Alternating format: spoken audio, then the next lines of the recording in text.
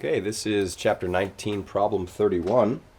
And what we're supposed to do in this problem, given this circuit diagram, is to figure out the magnitude and directions of the current through resistor 1 and resistor 2. And we are given the EMFs of these two power supplies or voltage supplies, and we're given the resistors. So let's go ahead and make just some assumptions about the directions of the various currents. Let's call the current going through this first battery I1, and then let's suppose that it splits off into what we'll call I2 and I3. And I'm making the assumption that they all go in these directions that I'm indicating here. And if we find out that, for example, I3 has a minus sign, then that means the current actually goes the other way. So there's no problem in making the assumption that they go in a certain direction, and then you can always correct that direction later on once you have the numbers. So those will be the assumptions that we'll make for the direction of the current. So let's go ahead and write down the rules that we know that we need to use for circuits with some complicated junctions and different EMFs and resistors. Remember that when you're analyzing a circuit, you may well want to use Kirchhoff's two rules, or two laws. The first Kirchhoff rule, which I'll remind you, K1 let's call it, this is the so-called junction rule. And that simply is a statement about the conservation of current, or the conservation of charge. In other words, whatever flows into a junction has to flow out. So the way I've drawn this, if you think about it, I1 is coming in, it gets to this junction here, and then I2 and I3 come out. So Kirchhoff's junction rule applied to this circuit would tell you that I1 must be equal to the sum of I2 plus I3. Likewise, or similarly, there's, in addition to Kirchhoff's first rule, there's also the second rule, which is the loop rule, which is a statement about the conservation of energy. So for example, you can think about the origins of this rule would be that you're a charge moving along in this circuit. As you are taken through the battery, your energy goes up, and then as you go around the circuit, no matter which way you go, you can imagine a piece of charge goes through the battery, gets energy, goes around, goes through a resistor, and loses energy as it goes through the resistor. It's losing electrical energy to heat. Comes around, loses more energy as it goes through a resistor, and comes back to the place it started. It should end up with the same amount of energy, if you like. Or if you like to think of it this way, the amount of energy it lost should be equal to the amount of energy it gained when it got sent through the battery. So the loop rule, what it tells you is the change in, it's not the change in energy, you analyze the change in electric potential. The total change in electric potential as you go through any loop in a closed loop in a circuit should be equal to 0. In other words, we write that generically as delta V equals 0 through any loop. And applied to this circuit, you realize you can draw three different loops. We can have a loop that kind of goes through the top part, through the bottom part, or through the whole thing.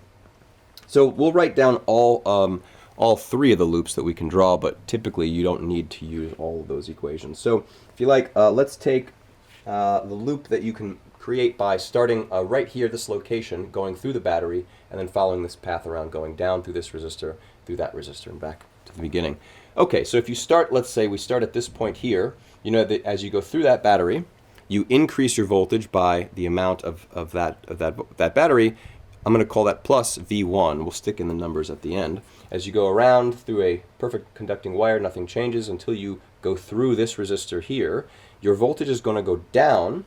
It goes down by what amount? Well, remember that the drop in voltage from one side of a resistor to the other is given by Ohm's law. And maybe I'll put that over here. Generically, Ohm's law, change in voltage on a resistor, is the current going through it times the resistance itself.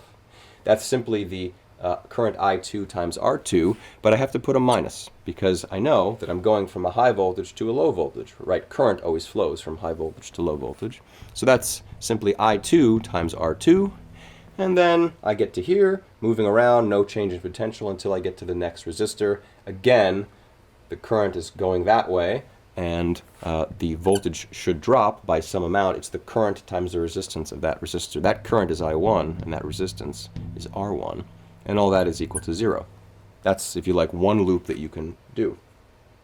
Another loop that you can do is to, for example, start here at this point and take your finger going through this battery, so the voltage goes up, you go around, and then you come back to here, and now you might guess that, oh, doesn't the voltage drop? But keep in mind that as we've drawn it, the current is going this way. In other words, you're now going upstream, if you like. Current goes from high voltage to low voltage, so as I take my finger and I go this way, I must be going from low voltage to high voltage. So I'm starting here, I go up through the battery, plus V3, and then as I go through this resistor, I'm increasing my voltage, I2, R2, and then I'm coming back, and now I'm at 0. And of course the last loop you could do would be to go around the entire circuit. I could again start here at this location, go up by V3, go around, and then lose voltage as I go through that resistor again because I'm following the current, so it's a minus I1R1. And then finally I'll increase my voltage again as I go through this battery, V1, and then I'm back to where I started. Okay, those are the three distinct equations that you can write down. Okay, anyway, the whole point here is to figure out what the current is through these two resistors, and so we won't have to solve for everything. But let's, first of all, the simplest equation here might be this one, so at least let's start here. If you think about it, we're looking for I2 and I1, and in this equation I see an I2 and I know these other quantities, so let's start with this equation and solve for I2, apparently taking the V3 to the other side and dividing by R2, apparently it seems that I2 is equal to V3 divided by R2. In other words, a minus 6.0 volts divided by R2, which is 18 ohms. This is minus 1/3, or if you like, minus 0.33 is good enough.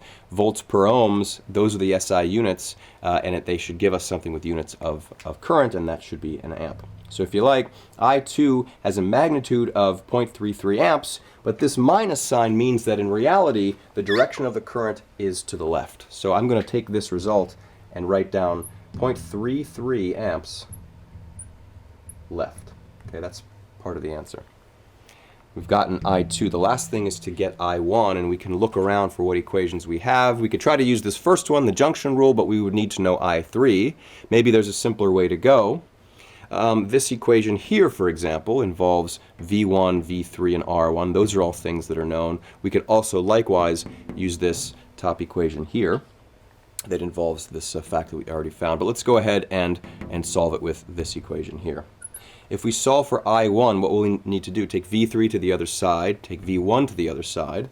Let's do the intermediate step. That's minus I1 R1, and on the other side a minus V1 and a minus V3. There's a minus sign on every term. I'll get rid of that by simply turning them all into plus. What I've done is I've multiplied both sides by minus 1. And then I'll divide by R1.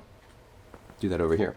Apparently I1 is equal to the sum V1 plus V3 divided by R1. In other words, V1 plus V3, which is 9 volts plus 6 volts, that's 12.0 volts divided by R1, which is 22 ohms. Again, a volt divided by an ohm should have units of amps. 12 over 22, that's some number that's slightly bigger than a half, and according to the paper that I've already worked out this number, this is approximately 0.68, and the units are amps, and the fact that it's positive tells us that we have in fact drawn the picture correctly. So like we found before, apparently for I2 we have 0.68 amps to the left, and that is our final answer.